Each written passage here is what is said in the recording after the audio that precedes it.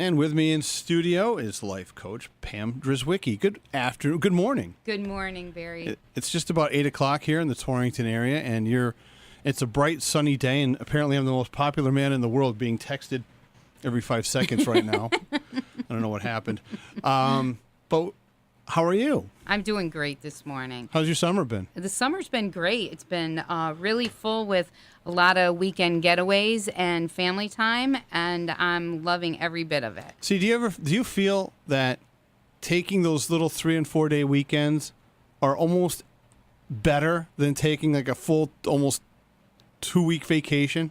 I think if you're able to spread your vacation out, depending on your work situation, a Friday, Saturday, Sunday getaway is a great recharging.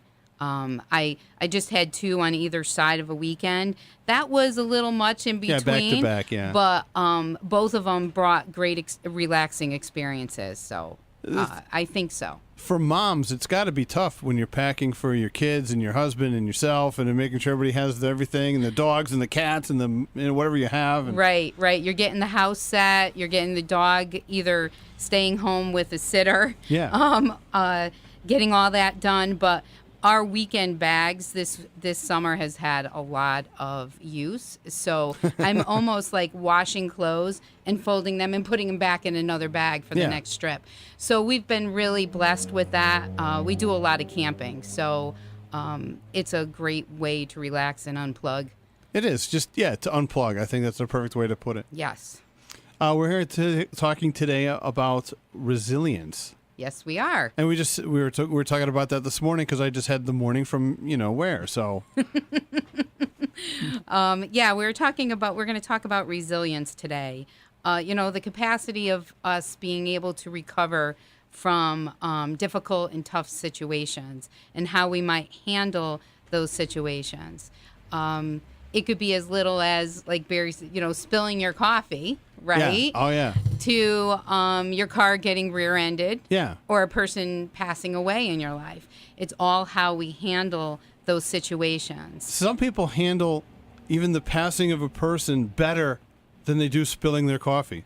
They do, because maybe they're been taught and prepared for somebody to pass away. Yeah. Where spilling the coffee is just annoyance for the day, right? Yeah, and it just starts you off, and now you're behind. Exactly. It cuts. They shouldn't even equate to the same thing. They shouldn't. You're absolutely right. They shouldn't. So the power of resilience, is just trying, like we were talking about, trying not to stack things on top of each other. Yeah. Right? So even though they might happen all at once or within a week, we take each individual thing separately and deal with it and really step back and analyze it. Is it a really big deal that maybe we spilled our coffee? We're still here. We got here on time and on the air on time. So that is just keeping it positive really helps. Yeah, it's all perspective. It really is. It really is. And the past, which is annoying, by the way. It is annoying? Why is that annoying? Because some people just want to blow up. Well, it's okay to blow up, too. You have to allow yourself to feel those emotions, right? So my nugget of the day yesterday was being cranky, right? Yeah. So it's okay to be cranky. Just warn the people around you that you're going to be cranky and allow you to go through your emotions. That's the most important thing, is for us to not to stifle. But find a way to release our emotions like in a healthy manner.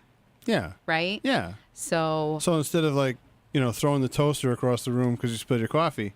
Exactly. Is not a healthy response.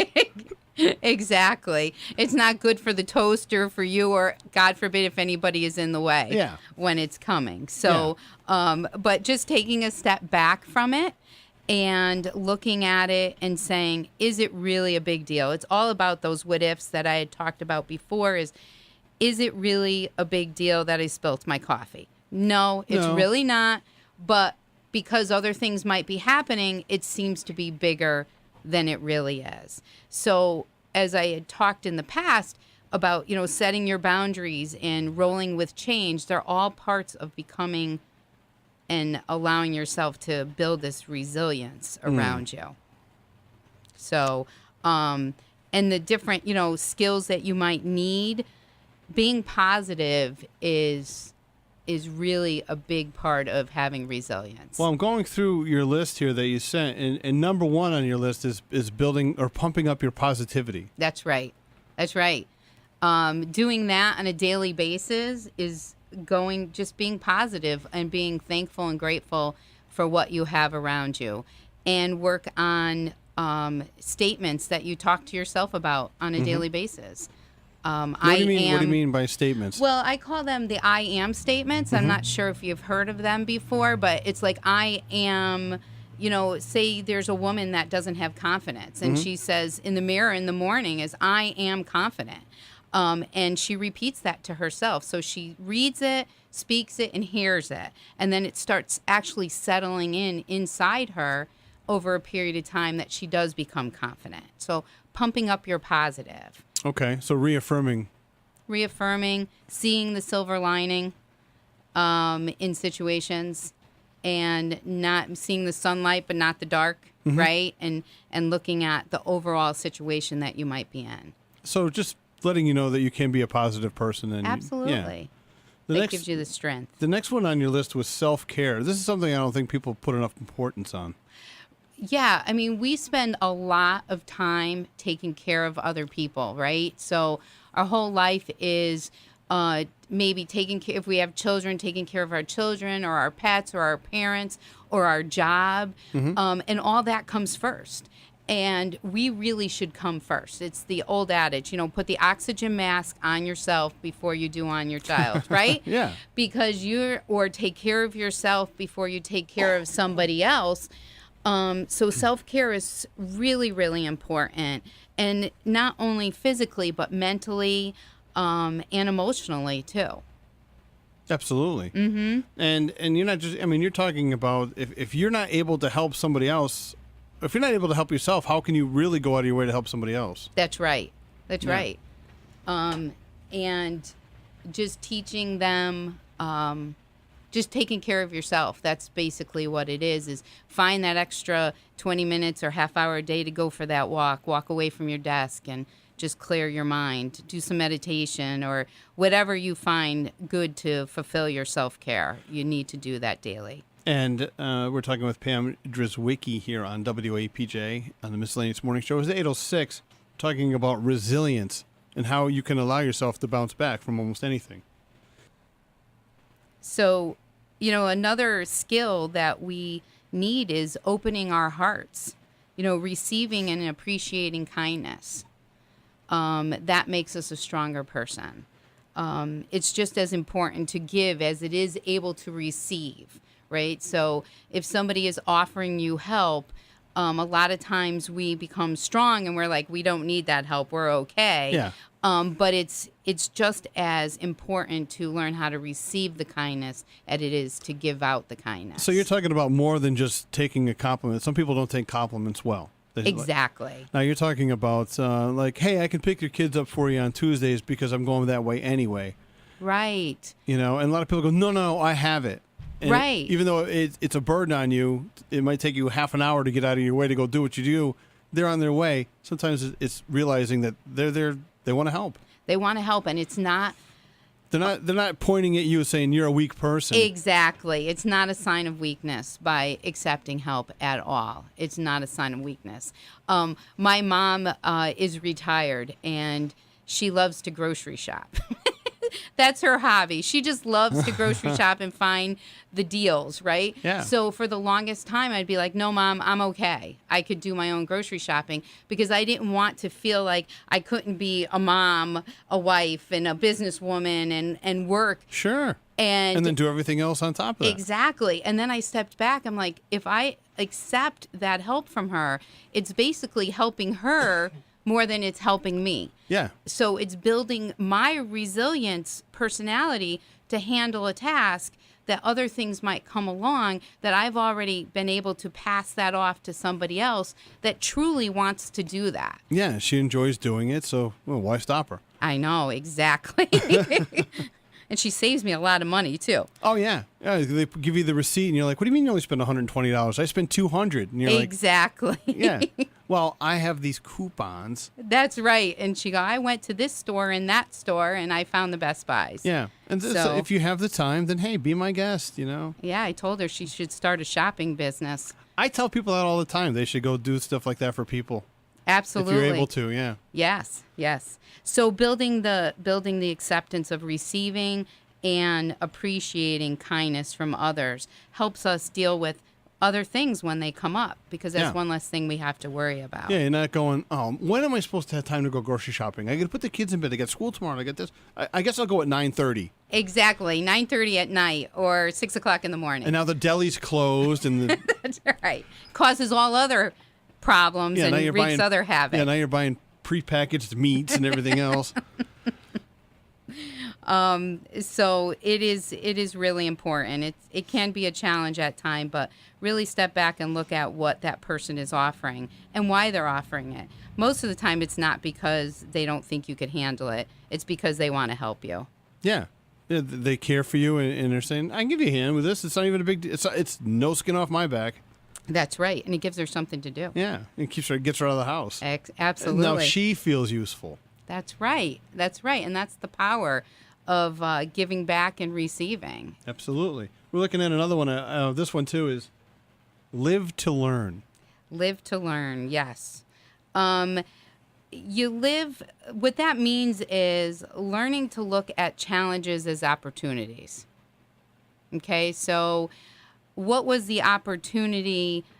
I know it's hard when you spill coffee. What's the opportunity that I'm going to learn from that, right?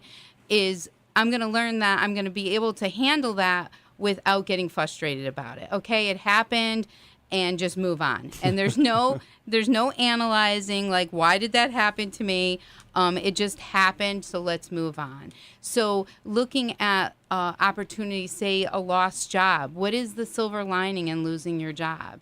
There may be another door that's opening for you that would be better for you than where you are right now. Yeah. So just learning to live and look at challenges as opportunities is a good area for you to add to your personality while we're developing this resilience.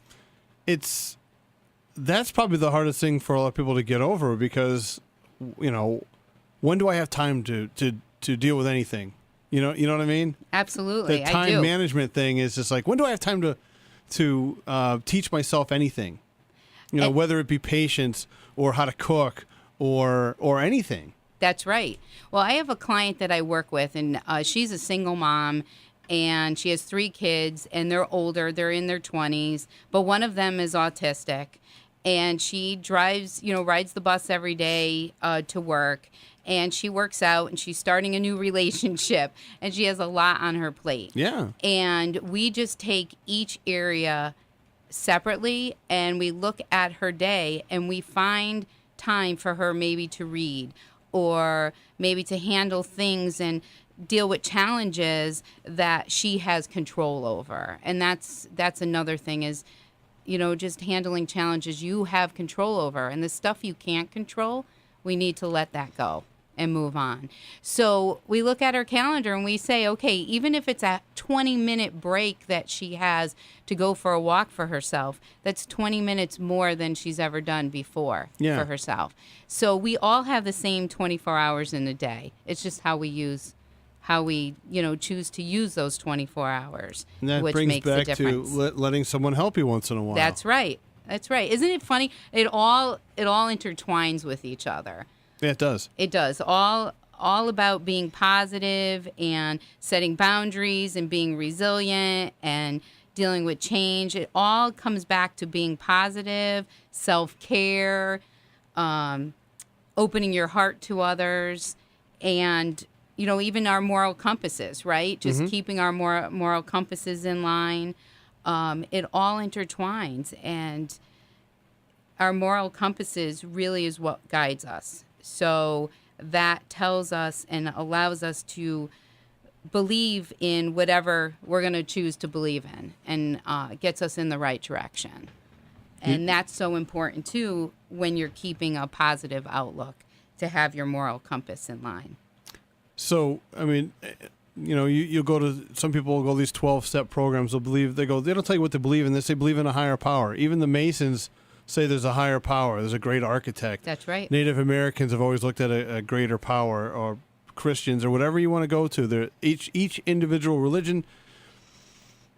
How do you separate that religion, that aspect of religion, to your own spirituality? How do you keep that separate? Because religion is basically a man-made, it's a word. Right. Where spirituality is, you could feel spiritual about anything. It doesn't have to be a deity.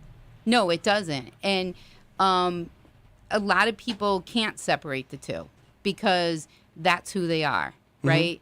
Mm-hmm. Their religion is their spiritual guidance. And if people don't have a religion, but they say they believe in a higher power, that is their spiritual guidance, right? Yeah. So it's pretty much intertwined. I don't know how you could really separate the two. Because even if people say, I'm a kind person, mm-hmm. and that's all that I need to be, is to be kind to get to heaven, right? Then that's their spiritual belief, is that they're being kind. And that's their moral compass. So there's no right or wrong, but that would be their moral compass. And if you don't have a moral compass, then you're going off a different path. Yeah. Right? I mean, you can go, because you're not taking into account yourself or anybody else at that point. No, not at all. So you're not building resilience to anything. Yeah. It's more adverse than resilience at that point. Totally. Mm-hmm. And I think people lose that sense of themselves when they say, I can get over this because I believe in this. Exactly. I'm not here to tell somebody what to believe or what they believe is right or wrong. That's not for me to say. That's right. And neither myself, I don't, push my spiritual beliefs on people. I know what I believe in, of course, and I know what my moral compass is. But when I am working with my clients, I do instill that they find something for their guidance, mm-hmm. something that they could spiritually be connected with. And for them to do some kind of journaling on that or reading on that, because that all ties back to having that moral compass, which will help you get through difficult situations and will help you build the resilience that you need in order to live maybe a calmer life. Mm-hmm. Mm-hmm. And you brought up journaling each and every time you've been here, and I know that before that, Jen Minery has talked about journaling, and almost any health or life coach or anybody you've ever talked to, spiritual guidance counselor, whatever, they say write down what you're feeling and why you're feeling it at that time. And I don't think people realize how important that is, because like if someone said to you, write down your earliest memories and go start working your way towards the present. Right. I guarantee you that, one, you'll go back further than you think. Absolutely. And two, by the time you get to by the time you're 5 years old, you'll remember all the things that happened when you were 3. So you'll end up going back, and then you'll revisit those things again, and you'll find out how you got to where you're 10 years old, or 15 years old, That's or 30 years old. Oh, I don't like this because of all this. Oh, and you don't even realize it because it's been so bottlenecked in there and stuffed in there and crammed in there that when you do decide to journal and do write this down, you'll know why you get upset when you spill your coffee. Absolutely. And because spilling your coffee in itself is no big deal. It's not. It's not. But it's when you spill your coffee, you run out of gas on the way to work, you get rear-ended, you get, and it all piles up together. Mm-hmm. I worked with a coach a couple of years ago, and she turned me on to the term stacking. I would get on the phone with her in the beginning of my self-discovery stages, and I'd get on the phone and she's like, okay, so she would start off, what happened for the week? And I would say, ba, ba, ba, ba. And I would just brain dump everything that happened. Yeah. And she's like, okay, well, we're not going to stack things. Let's take one thing at a time. Mm-hmm. And that helps. And by journaling it also helps to not create the blocks that we may create because we go into a mode of just self when we're just taking care of ourselves, right? So we go into that mode. So like my 10-year-old, she journals. Mm-hmm. So now she's been journaling probably since she's been 5. and even if it's just pictures, right? And she goes back now and she's like, Mommy, look at this. So it is a great practice to get in, and it doesn't have to take a lot of time. No. It doesn't. It could be 1 minute at night and you write one positive thing that happened to yourself for that day. And you continue that practice, then eventually things are going to look more positive for you because you keep on going back to Or you could write down that one negative thing and then you write down why it's a negative thing for you. Yes. And then you find out that it's Joey's fault. Because you're letting Joey get to you, and Joey, you don't need to be around Joey anymore. That's right. It's Joey's story, not your story, right? And he's trashing your self-importance. That's right. That's right. And he's not letting you do the self-care. He's not letting you live and learn. He's not letting you be expressive, or he's making fun of your spirituality and. Exactly. And that's his baggage. It's his baggage, exactly. It's his story, and it has nothing to do with what you're going through at that time. Sure. Even though it may hurt, and then you work through that. But if you look at it and you say to yourself, it is Joey's story, not your story. And I almost start feeling bad for other people because they carry that much anger that they feel they need to maybe pick on somebody, right? Yeah. So that they need help in the resilience area and these skills to build resilience. So that's what happens when other people are, not giving you the kindness that you need. Yeah. Or not giving you that I'm going to go grocery shopping for you and I'll free up an afternoon for you. Exactly. Now, there's another one on your list here. It says, keep it simple and laugh. Yes. Keeping life simple. That's so important. Especially nowadays, right? We fill our lives with stuff. Yeah. Just constant. We go out of our way to fill our lives with stuff. We do. I mean, and I'm guilty of it. I have my iPad and I have my iPhone and I have all these things that will add more things for me to do or look at. Mm-hmm. Trying to unplug more often, especially on vacations. Yeah. And be more engaged with the family and with whatever I'm doing at the time. Being present is so important. So keeping it simple and being present. And just find laughter. Try to laugh at least once a day, right? Because laughing is contagious. And that's something you want to spread. Like, Stacey and I, we did our grocery shopping last night. And, Mm-hmm. and then, the whole time we're in there, like, we're not big fans of grocery shopping. To me, I'm out of the house, so anything's a good thing to get me out of the house. But if I don't make it fun, and I'm not talking about like I'm juggling watermelons or anything. Exactly. But you make up, silly stories about the yogurt or something that's in there or little things like that. And then you end up realizing that you're done already. It goes a lot quicker. It really does. And even car rides, just making it fun. Again, my daughter loves the minute we get in the car, what game are we going to do, right? And at first it's like, let's play the quiet game. But she laughs and she understands that, okay, we'll do something in a few minutes once we settle in. Mm-hmm. But we always try to have fun around the travels. All different kind of card games I found out that we could play. But just laughing and spreading a good joke. Facebook, right? Just spreading the goodness and laughter on Facebook. So there's all different ways that we could lighten up our day. You know what? You brought up Facebook, and it's becoming like the bane of my existence. I really can't stand it anymore. It's hard. Where people think they're being funny, but all they're doing is spreading meanness and hate. They'll post about this politician is this, and it's like, but if you hate that politician, you're not helping anybody else. You're just spreading more hate. Exactly. And then someone may like that politician, and now you've made them mad. That's right. You know That's what I right. mean? I'm not saying you shouldn't post your whatever you want on Facebook. Be my guest. Right. But people used to be original on Facebook. Now they're just reposting of reposting. And I almost see nothing original on Facebook anymore. I know. It comes back around like 2 months later. It's back on the feed again. I have taken a policy with Facebook that people that post certain negativity, I just don't follow anymore. Yeah. I don't. So now my Facebook feed is surrounded by positive people, and I have a lot of positive that I can share out other people's posts on.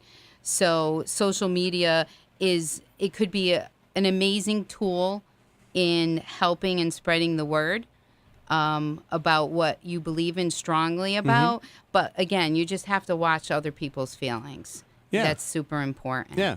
On that. That's totally. And, going back to all this over thing, we were talking about resilience. And some days it's just okay to be cranky. It is okay to be cranky. And that goes back to self-care. That's allowing yourself to be in the mood that you're in.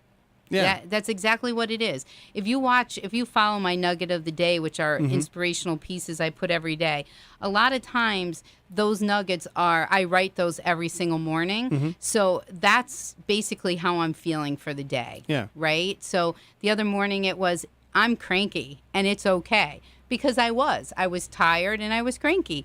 And I made sure everybody around me knew that I was cranky because then they know what to expect from me. I curb it, but it's once you'll set clarity to your feelings, right? Yeah. Then other people will understand why it's coming in. So it is okay to be cranky. So, but taking it over the top would be drawing someone you don't like's face on the milk carton, wish you were here kind of thing. Yeah, exactly. That might be going over the top a little bit. But being resilient really is just, overcoming your negative emotions. Yeah. That's what it's all about. And developing your own coping strategies to get through situations. We're talking with Pam Drzwicki here, a life coach. You can find her on Facebook as well. I did spell her name correctly on the WAPJ page, so you can click it there and find her on Facebook. Real quick, I know you're talking about a new project that you're working on. I am. I have been working on a book. It was my goal by my big birthday in October to your 20th birthday, huh? Yes, it is. Thank you. Yeah. To get a book out there, and it is a book about helping people grow and helping them learn more about themselves over a 30-day period. So it will be filled with, inspirations, nuggets of the day, and exercises to help people every day. So by the time their 30 days are up, they know a little bit more about themselves. And I'm glad that you picked at least 30 days. Exactly. Because a year is too long. Yes. People will be like, yeah, I'm done with this. A week's not long enough. That's right. And, because you could hold your breath for a week, it seems like. You know what I mean? Yeah, anybody could get through a week, Anybody right? can get through a week. But a month, that you're adding, now your eating patterns, your sleep patterns. Absolutely. These are all things that have been going on for a long time, and you could change anything for a week. You can, and they say 20 days makes a habit, right? Yeah. So I'm giving you that extra 10 days to really concrete in that habit. Yeah, I mean, one time we had to journal our food for a class project in high school. Yes. And I didn't feel like working that hard, so I ended up losing like 12 pounds that week because I didn't feel like writing everything down. So I wrote down. That's funny. Yeah, it's true. Teacher's like, wow, you almost ate nothing this week. I was like, yeah, I know. Don't I look good? That was your outcome. Yeah, he really said to me, he goes, you lost weight because you didn't feel like writing anything down, didn't you? I said, yeah, I said I did. Well, you knew what your outcome was going to be. Yeah, I knew. I knew what I was going in for. That's right. So what's the name of the book? I have not come up with a title yet. Ah. I am working on it. I'm open for suggestions. If you follow me and you see my nuggets, you'll kind of grab my personality. Yeah. So I'm open for suggestions, and feel free to email me, pam@powerful-purpose.com. And once I get this final draft, then I'll have to start working on the name of it. Now, are you working with somebody? I am. I have a friend that's an editor, and she is not really doing that. She took a different path in her life, but she was interested in this project, so she's helping me out with it. It's always nice to have somebody that can answer the questions for you when they come up. Oh, it's great. And she, just brainstorms with me, and I really love that. She gets my juices because I do kind of get frozen up sometimes, so she helps me through that. Well, you should. Yeah. If, like I said, if things become so easy for you, it's almost like, why bother doing them? Exactly. Well, you can continue to do it because it's so easy for you. Yeah, but some people just like to have something to complain about, I guess. We have to put challenges in our life, right? When I look at obstacles, talk about a perfect way to look at things, and how you get to where you want to be, and how you perceive things. Some people look at obstacles because they want to get to the other side, and they have a goal in mind, and they want to reach the goal, and they have to overcome the obstacles. I always look at the obstacle as that's my challenge. Each individual, that's I don't care where I end up. Okay. As long as I beat that one obstacle. That's right. I don't care about anything else. I don't care about my goal. I don't care about anything else. Like if that's my obstacle, then that's what I have to defeat. And that's great. But it's very short-sighted. It is. So well, it can be, right? Yeah. So if you just attach a little bit of a goal on the other end, that'll bring you to the next step. Like stop setting goals. That'd be my goal. Pam, thank you so much for coming in here this morning and being part of this. Thanks for having me. And when you do get the name of that book and it becomes in print, let us know. I will. And we'll definitely have you back. But I'm glad your summer's been going well. And yes. It sounds like you have more notes there than we could ever get to in half an hour. But thank you so much for coming in and being part of this. Thank you, Barry. And I enjoyed it. Yeah, and then I'm gonna, now that summer's over, basically, it's getting there, and we're gonna be having Jen Minery back in September. But I do want you to come back in when you get your book finished. I would love that. Thanks for having me this summer. You know what? It's been a lot of fun. It has been. It has been for me. I hope it has been for everybody else out there. I have enjoyed it. Good. I'm glad you were able to do that this summer. My name is Barry Soucy. This is the Miscellaneous Morning Show on WAPJ Torrington. We'd like to thank our sponsors. They are the Nutmeg Conservatory for the Arts, Charlotte Hungerford Hospital, Torrington Ford Lincoln, and Weigold's Floor Covering. We'd also like to thank the IB and Zena H. Temkin Foundation, along with the Roberts Tax Group, Torrington Savings Bank, and T&M Builders. And real quick, Pam, tell people how they can get hold of you and why they may want to get hold of you. Okay, I am a business and life coach for professional women.